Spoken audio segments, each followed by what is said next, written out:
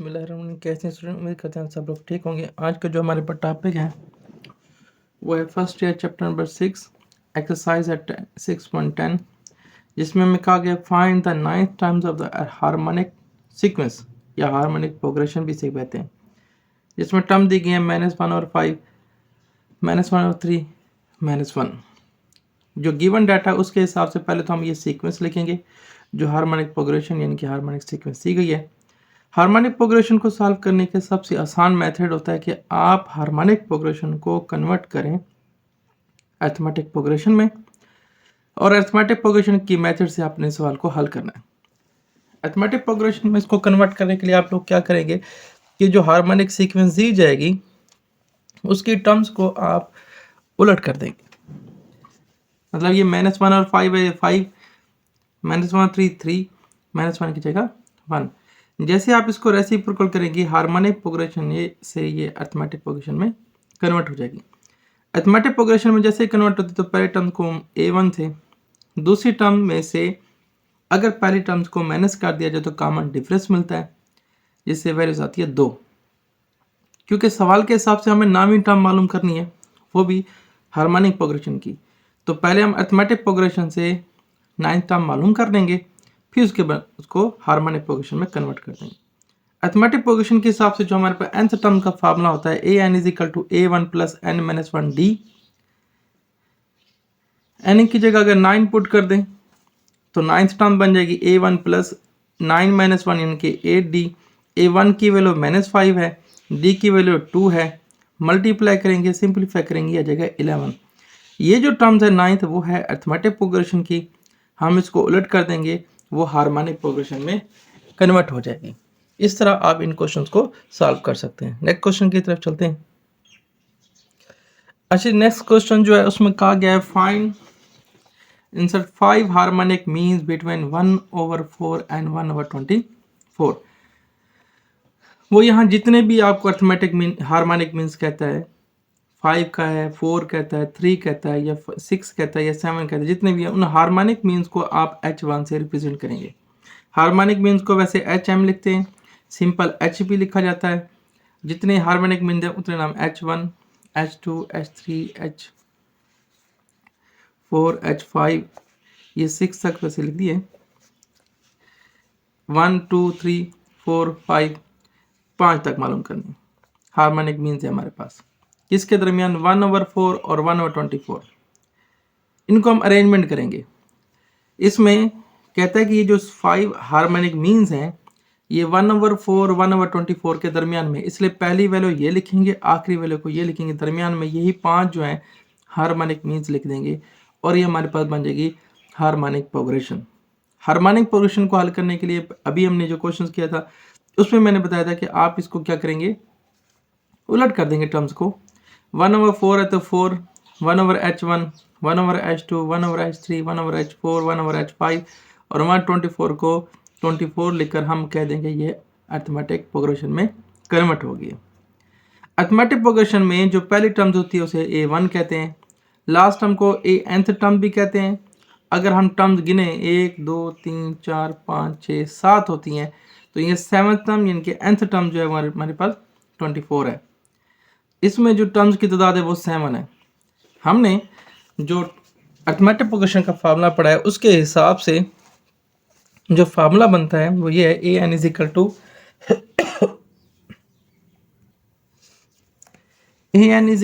a1 + n-1d। क्योंकि इसमें terms 7 हैं इसलिए n की जगह 7 पुट कर दिया।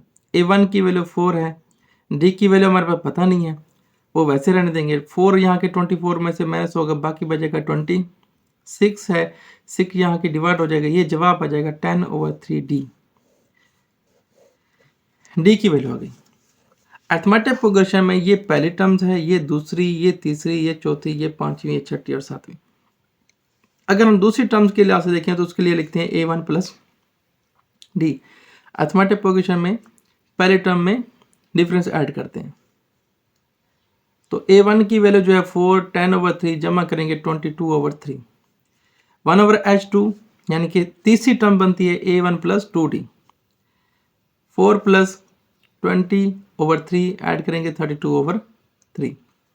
1/h3 ये हमारे पास बनती है फोर्थ टर्म है, तो वो आ जाएगा a1 3d। a1 की जगह 4 30 ओवर हम लोग 3 करेंगे तो यह आ जाएगा 42/3। 1/h4 यानी कि हमारे पास फिफ्थ टर्म्स है, यह आ जाएगा 4 + 40/3 52/3। 1/h5 यानी कि ये हमारे पास सिक्स टर्म है, a1 5d is equal to 4 + 50/3 is equal to 62/3। फिर हम लोग ने ये जो टर्म्स लिखी हैं ये सारी की सारी हैं अर्थमेटिक प्रोग्रेशन के अंदर। 22/3 32/3 40/3 52/3 62/3 ये तमाम टर्म जो हैं वो अर्थमेटिक प्रोग्रेशन में हमें रिक्वायर थी हार्मोनिक प्रोग्रेशन की फॉर्म में, यानी कि हार्मोनिक मीन्स की। हम इन सबको उलट कर देंगे।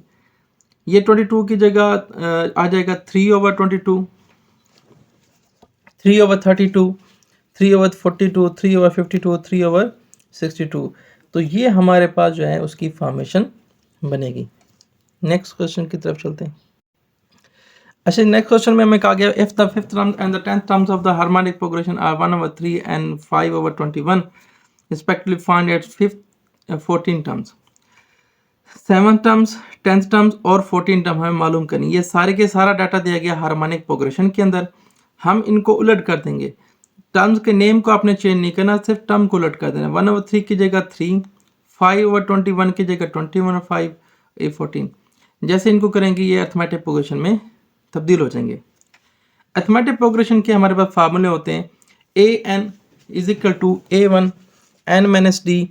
और यहाँ पे हम लोग 7th टर्म की बात करें तो यहाँ जैसे हम लोगों ने 7 पुट करना है, a1 की वैल्यू जो हमारे पास है वो अभी नहीं है, वो हमने मालूम करनी है।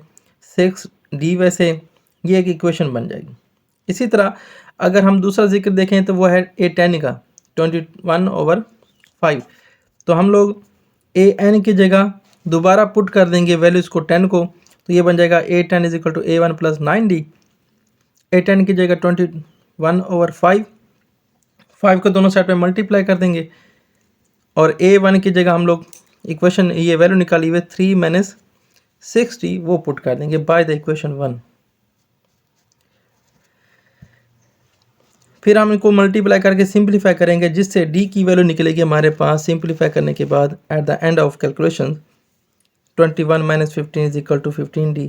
6 15d is equal to d की वैल्यू हो जाएगी 6 और 15 यानी कि 2 और 5। ये d की वैल्यू आ गई।